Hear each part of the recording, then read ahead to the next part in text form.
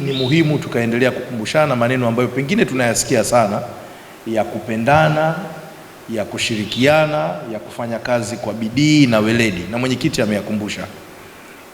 Ni maneno ambayo tunayasikia lakini tunapaswa kuyaishi, si ndivyo? Yale ya msingi ambayo tunaongelea unyeti wa taasisi yetu, ikiwa hatupendani kwenye taasisi, hatushirikishani, na umapenzi kwenye taasisi ndio hayo ya kukaa kwenye vikao rasmi badala ya kuongea kwenye korido kule, tukaitishana kwenye vikao vya idara, vikao vya vitengo, vikao vya section na kadhalika na kadhalika. Kimsingi mkapata fursa ya kuwa wazi na kujadiliana yanayowahusu, na hata pale mnapokuwa mna mawazo tofauti, basi mkajadili na mkakubaliana tofauti zenu, au mkakubali namna ya kuboresha tofauti zenu. Hilo linakuwa ndio kiashiria kikubwa cha kwamba nyinyi mnapendana.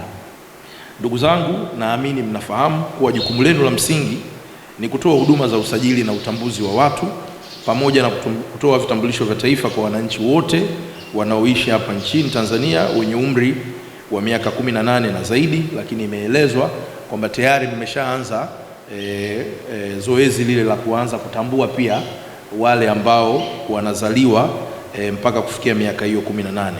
Basi mnapotekeleza majukumu hayo, tekelezeni majukumu hayo kwa weledi, maarifa na uadilifu wa hali ya juu, kwani mnafahamu na mwenyekiti amesema mkilifanya hilo jukumu vizuri, mtakuwa mmechangia kazi inayofanywa sio tu na wizara yetu, lakini na mamlaka nyingine za ulinzi na usalama wa taifa letu. Hawa wakimbizi tuna aina tatu za vitambulisho. Nafikiri kuna wakazi ambao unakuta watu wamekuja kufanya kazi labda mashirika mbalimbali, tunawapa NIDA kwa ajili ya kupata zile huduma, lakini tuna wakimbizi, kuna walowezi na kitambulisho cha kawaida.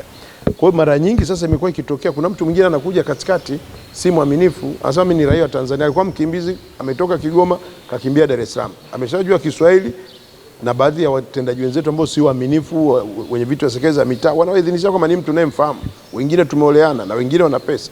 Sasa tukapoanza kusajili watoto wadogo, ina maana na tunaposajili, bahati nzuri sisi kwa NIDA hatukopi kitambulisho bila kuwa na fingerprints, na kwa watoto wadogo tutatumia kiganja, simeta ni nyayo ambao ni accuracy.